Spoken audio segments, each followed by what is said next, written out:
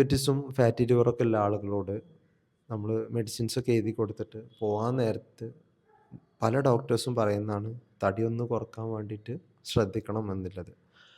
അപ്പോൾ ഈ പ്രമേഹം, ഫാറ്റി ലിവർ, കൊളസ്ട്രോളിനൊക്കെ തടി കുറക്കുക എന്നുള്ളത് അതൊരു അഡ്വൈസ് അല്ല. അതായത് അത് പറ്റുമെങ്കിൽ ചെയ്യേണ്ട ഒരു കാര്യമല്ല. അതൊരു തെറാപ്പി അല്ലെങ്കിൽ അതൊരു ട്രീറ്റ്മെൻറ്റാണ്. നിങ്ങൾ മെഡിസിൻ കഴിക്കുന്നത് അല്ലെങ്കിൽ ഇൻസുലിൻ എടുക്കുന്നത് എത്രത്തോളം നിങ്ങളതിന് പ്രാധാന്യം കൊടുക്കുന്നോ അത്രത്തോളം തന്നെ ഇമ്പോർട്ടൻ്റ് ആയിട്ടുള്ളൊരു കാര്യമാണ് വെയിറ്റ് കുറക്കുക എന്നുള്ളത്.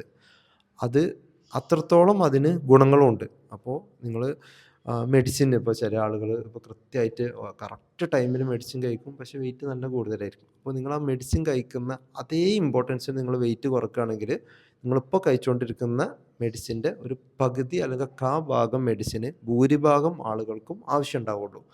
അപ്പോൾ അടുത്ത തവണ നിങ്ങൾ ഡോക്ടറെ കാണിച്ചിട്ട് നിങ്ങൾ തിരിച്ചു പോരുന്ന സമയത്ത് നിങ്ങളോട് തടി പറ്റുമെങ്കിൽ കുറക്കണേ എന്ന് പറയുകയാണെങ്കിൽ അത് എങ്ങനെ കുറക്കണം, എത്ര വെച്ച് കുറക്കണം, കംപ്ലീറ്റ് കാര്യങ്ങൾ പഠിച്ചിട്ട് മെഡിസിൻ എങ്ങനെയാണോ നിങ്ങൾ ചെയ്യുന്നത്, എത്രത്തോളം സീരിയസ്നെസ് കൊടുക്കുന്നോ അത്രത്തോളം സീരിയസ്നെസ് കൊടുത്തിട്ട് തന്നെ നിങ്ങളെ വെയിറ്റും നിങ്ങൾ കുറക്കാൻ വേണ്ടിയിട്ട് ശ്രമിക്കുക.